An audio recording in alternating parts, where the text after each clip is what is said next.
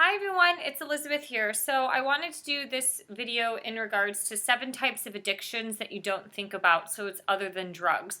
Generally, when we think about addictions, we think about being addicted to the more darker sides of life, such as being addicted to drugs, sex, or alcohol. Those are kind of the top 3 standard ones that we kind of think about usually in everyday, not everyday life, but when people have an issue, those are the top 3 that you generally think about. However, anything in excess basically can almost become an addiction to some degree. Even things that seem very healthy, that would help our well-being and our physical and emotional well-being can also be an addiction as well. Some people are professional development junkies and addicts. I've seen this with some of my clients, and to some degree, it was really hard to analyze this because they're constantly trying to improve themselves, but they're like addicted to improving themselves, that they don't just let anything go, that they're always doing the next workshop and event and spending all this money on stuff. So I just want to talk a little bit about what addiction is and then go into 7 different types of addictions that you might not necessarily think are that common. So according to the American Society of Addiction Medicine, the definition of an addiction is a primary chronic disease of brain reward, motivation, memory, and related circuitry. Dysfunction in these circuits lead to characteristic biological, psychological, social, and spiritual manifestations. This is reflected in an individual pathologically pursuing reward and or relief by substance use and other behaviors. Addiction is characterized by an inability to consistently abstain, impairment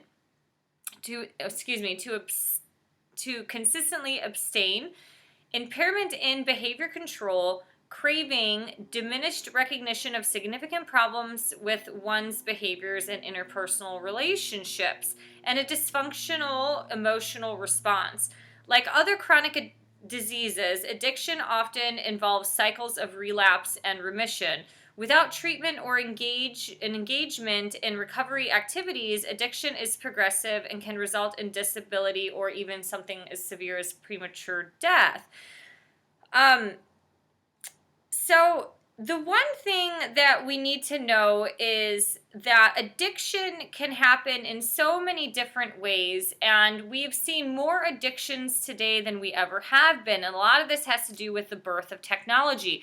I have listed down below in the section below that I have a link to a video that I did in regards to being emotional high addicts. I really do believe in today's society that we are emotional high addicts. We're constantly seeking those hits of dopamine, especially through social media, of getting likes, being popular online, having people pander or comment to our posts and things like that. So all of those things are hitting our reward center in our brain, and we're constantly getting hit with dopamine.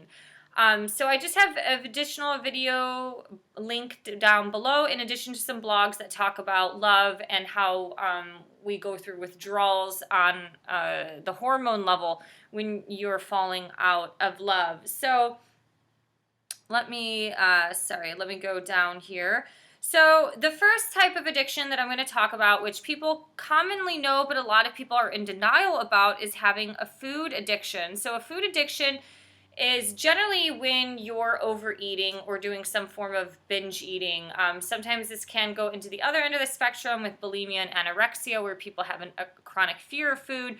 But for the most part, when people are going through stress or they're recovering from certain types of trauma, they end up going and eating a lot, or just getting on these binge cycles and being addicted to food. Actually, a lot of people who've been abused sexually or are sex addicts are also food addicts. Science and research has shown this. And for the women who have been abused sexually as a child or a young adult, or just even throughout their lives, they actually don't want to be attractive to males anymore. And so a lot of them end up eating and coping their emotions through overeating to become less attractive to the opposite gender. People who are addicted to food are often overweight or obese, but those of normal weight can also suffer from food addiction. So I just wanted to note that. The second type of addiction is something common that a lot of people don't really think about. It's retail addiction. So shopping is an addiction in which people are affected compulsively to spend money regardless of the need or if they can realistically afford those products. So I do see a lot of people who are addicted to retail therapy. They need something to do in their life. They need something more. A lot of times they see this with more older single people. It doesn't matter if they're like 39 or 79. People who are alone are generally more apt to spending money, especially on shopping and buying things that they don't necessarily need.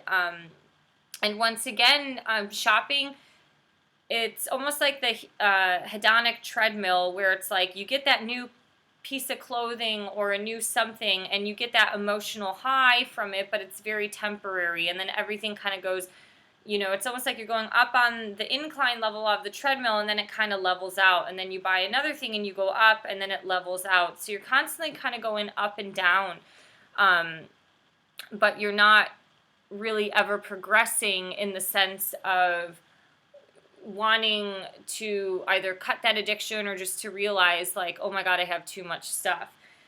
The third addiction that a lot of people actually don't think about are chaos addicts. So people who are addicted to chaos and addicted to drama. I really think that this is on the rise because we live in this virtual reality, this reality television type of culture where you're constantly seeing drama that is not always true. A lot of this shit is just made up for the sense of, stirring the emotions and heightening the drama of the show for the television. So you saw a lot of this with shows like the Jersey Shore or, the Beverly Housewives show, different things like that. So chaos is defined as disorganization of lack of coherence or disorder or dispersion. And so basically chaos addicts are addicted to adrenaline. So they're constantly trying to seek some form of upheaval or drama in their life. Usually they try to create it because living in normalcy or living in peace and serenity is very uncomfortable for them. So they always have to have that kind of adrenaline rush and that high. And so when there's chaos, typically what's happening is that there's a joy that is experienced in the tension and in the state of permanent defenses being up. And so when that is not there, there actually is a decrease of adrenaline and cortisol that is going in the body. And so adrenaline and cortisol are your stress hormones. So when that is getting depleted in the body, you need to refill it with more stress and chaos. So a lot of times these people tend to generate more chaotic events, whether they're trying to stir drama with their neighbors or they're going to work and creating, havoc and problems or just being, a jerk in general to people. It's like there's always something that has to be on the rift or be in chaos or be in upheaval. And sometimes that in itself, the adrenaline and the cortisol getting flowed through the body is rewarding, but a lot of times it's also rewarding getting that feedback from people. It's like oh my God, this is happening to me. And, people are, pandering to it. So they're constantly getting rewarded and getting, nurtured through empathy and through sympathy of others. But it's constantly still feeding them that this behavior is okay. And a lot of times people don't even realize that they are chaos or drama addicts. And they don't realize they're completely blind to the fact that they actually are creating chaos in their life. They want to bitch and complain about, not having peace and serenity, but they're not taking responsibility to own up to their own actions. And a lot of times chaos addicts, they tend to live in really messy households due to the fact that, it's like this blame game. It's like, I just don't have time to do this and blah, blah, blah. It's like their house is a mere reflection of what's going on in their inner world. And so a lot of times when your environment is chaotic, so is your mind. That's one thing that we learned in yoga. The outer world is a reflection of the inner world. And so a lot of these people will say like, oh, I don't have time for this and blah, blah, blah. But usually more organized people who like more peace and serenity, yeah, they can be messy too. That's a characteristic flaw. But usually a lot of times people are a little bit more orderly. And then people who are constantly in drama and chaos, they're kind of I'm not saying like they're hoarders, but usually they're a little messier around the house. So the next one, exercise. So many people love exercising for many healthy reasons, as they should. However, there is the other end of the spectrum, which is the unhealthy use of exercise, which is through the addictive ways. Whether it's like you're constantly addicted to this thought of losing weight, or you're afraid of getting fat, so you're exercising 3 to 4 hours a day. Bodybuilders in themselves, they're generally not always emotionally and mentally healthy. Although they're physically strong, they might be a little bit imbalanced in those in the emotional and mental body of their well-being, because they also exercise like 4 to 6 hours a day. So a lot of times exercise is used as an addiction. There is a healthy boundary and balance with exercise, that it is very therapeutic. It can be very healing, especially like something as simple as walking can really impact and change people and enhance creativity in one's life. But when people are constantly abusing their bodies, they're basically seeking a lot of highs from exercise, which you do get through the release of various hormones. And that's why people who are runners, they get the runner's high, and they do a 5K, and that turns into the 10K, that turns into the half marathon, the marathon, then all of a sudden they're doing Ironmans. It's like constantly seeking the next rush or high. And with exercise, I'm kind of lumping in the outdoor junkie, because outdoorsmen, especially, I have seen this in the rock climbing community. It's like these people aren't even done climbing the rock that they're on, and they're already thinking about the next rock to climb. And so they're basically going through these states of flow, which is a really great place to be, but it can become very addicting. And adrenaline, as explained before, that type of hormone is getting flowed through. And when you're not hiking, or you're not biking, or doing that form of outdoor exercise, it's like something starts to go lacking in your body, and you need to refill it. And so that's where it's like, all right, I'm going to go on that hike, or I'm going to go on that climb. So like with anything, exercise and outdoor pursuits have to have some healthy boundaries and some balance to it. The next one I'm going to talk about here is pornography. So pornography is definitely an addiction. A lot of people, men are more affected by pornography addictions than women are, because they're a little bit wired differently. They have that little bit more of an animalistic, logical side to them, which is tapping into the lizard brain, and women are generally a little bit more moral and emotional, because they want to, integrate sex with emotion and love. This definitely can go on both ends of the spectrum. Men and women can become porn addicts, but generally you see it more with men, because men are wired a little bit differently. Men can be beautiful but also destructive at the same time. So I'm just going to read a moment here about porn addiction. So a lot of times, especially you see this with tech guys, they've either been rejected so much, or they're in such isolation because they're a little bit weird or socially awkward, that they need to fulfill themselves as well as fulfill this sexual urge. And so a lot of them tend to watch pornography. And the more you watch it, the more, your brain gets used to that. And then it needs more. And then it needs kind of like the harder and the darker and the deeper stuff. So that's where people tend to, you might start watching normal porn, which is, what you've seen through the years of the 70s and 80s. But in this modern society, you have this whole other realm of porn that is just so violent, and it's so animalistic. It's like, you have like the sex parties, and then you have like BDSM and all these different things with it. And, I don't know, it's a world that I don't relate to at all. But usually once you are an addict, you need stuff that's either harder or kind of darker. And that's the same as a drug addict. It's like the first time they do coke, great, they can do coke once, for a while, and then all of a sudden they need to do more of like another bump, or they need to do it more throughout the day to kind of keep them up and going. So with porn addicts, in the same way that a sex addict doesn't have sex primarily for the pleasure of the act, the porn addict doesn't necessarily look at pornography primarily for sexual enjoyment. Instead, his or her addiction is a way to escape from stress and other forms of emotional discomfort, including the pain of psychological issues like depression, anxiety, low self-esteem, and unresolved trauma due to abuse or neglect. Alcoholics drink and drug addicts use for the same exact reasons. So, as with other addictions, porn addicts are not looking to feel good. They want to feel less, or at least to control what they're feeling. As with drugs, pornography triggers a chemical response in the brain that feels pleasurable. This is fueled mostly by the release of the neurotransmitter dopamine, but also by other biochemicals such as oxytocin,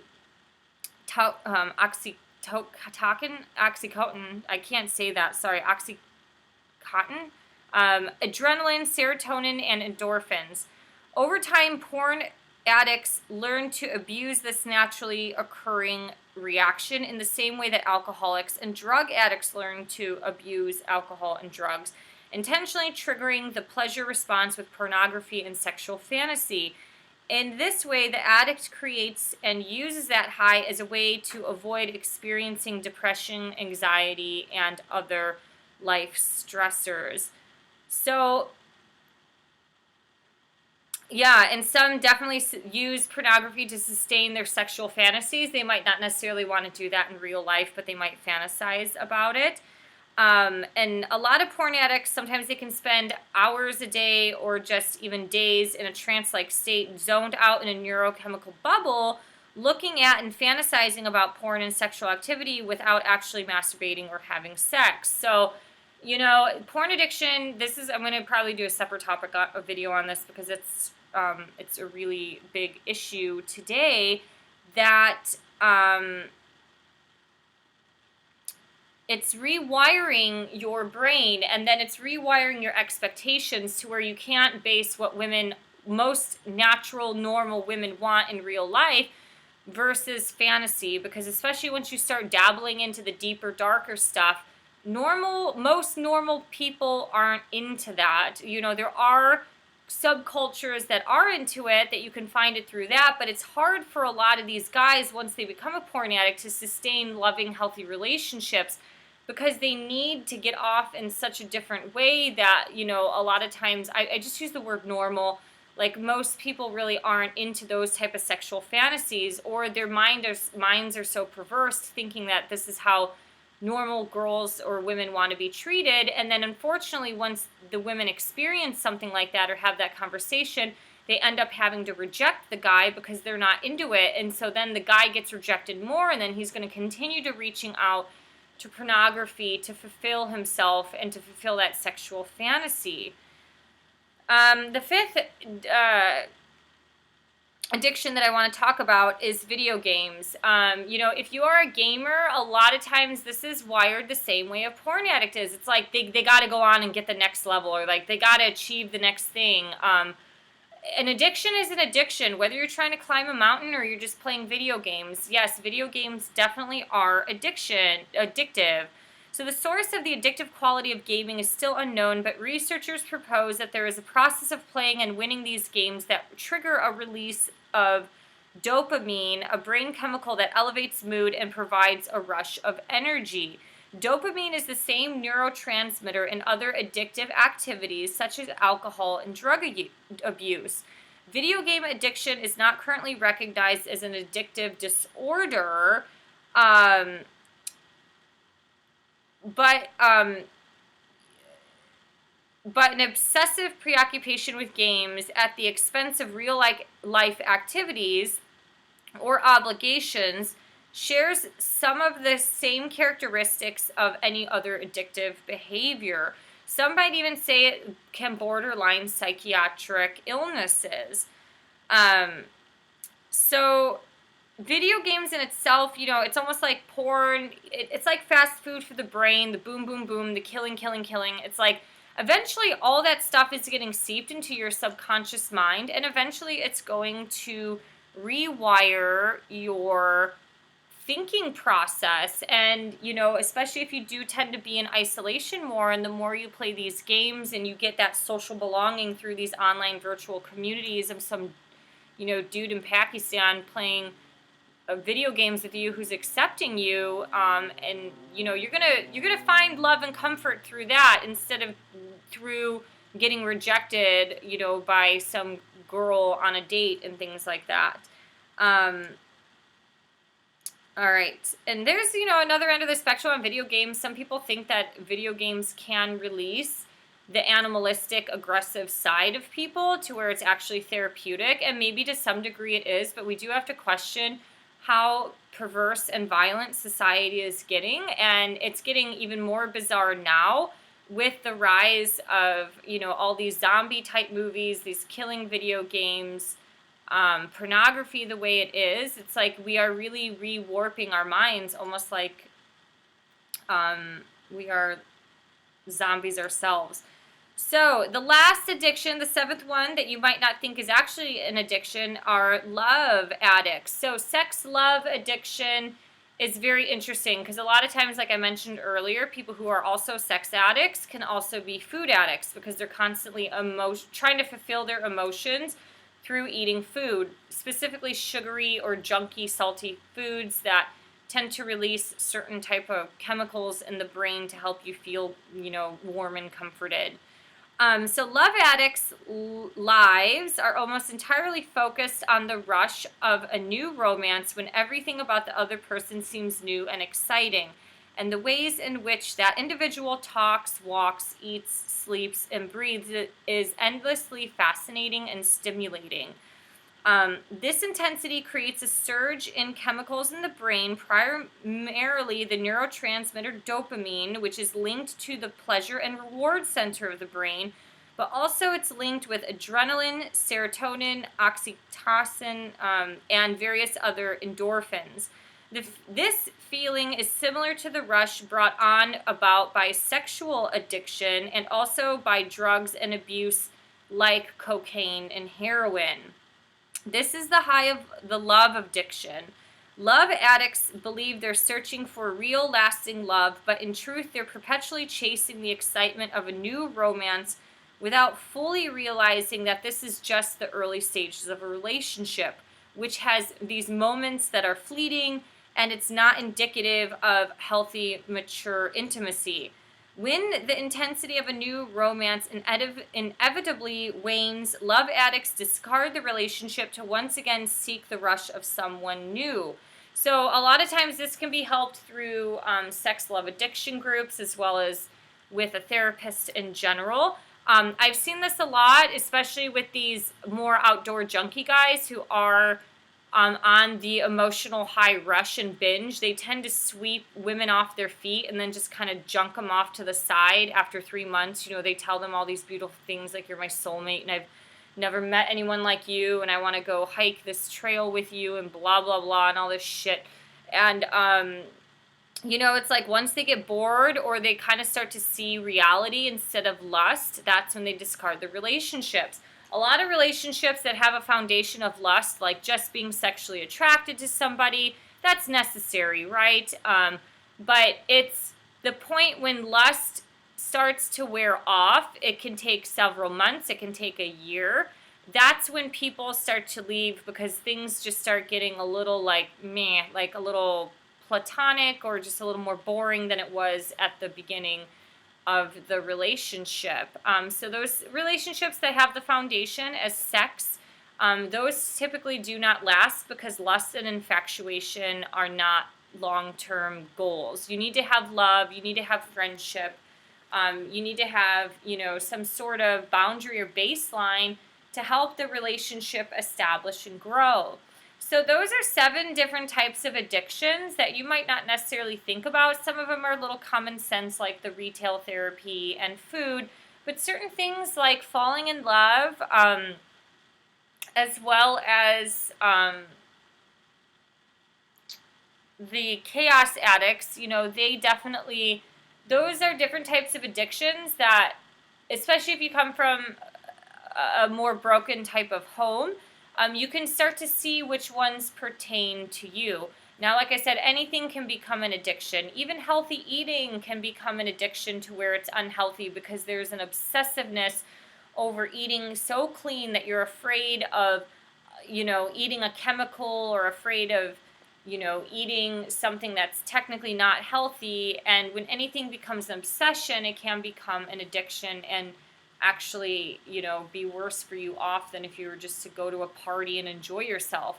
A lot of times when people have these obsessive type of behaviors, they tend to isolate themselves as well, um, because they're afraid of people questioning them, or they just don't want to be put in certain types of environments that are uncomfortable. So these are some thoughts that I have. If you have any other thoughts about addiction of any kind, or any other addiction that I didn't touch upon that you would like to share some thoughts on, please post below. Please subscribe to this channel. You can help me build it. And thank you for liking, sharing, and subscribing. If you believe my voice and message, you can also support me on Patreon or submit a donation, or just let me know what types of videos you would like to see. All right, thank you. Have a good one. Bye.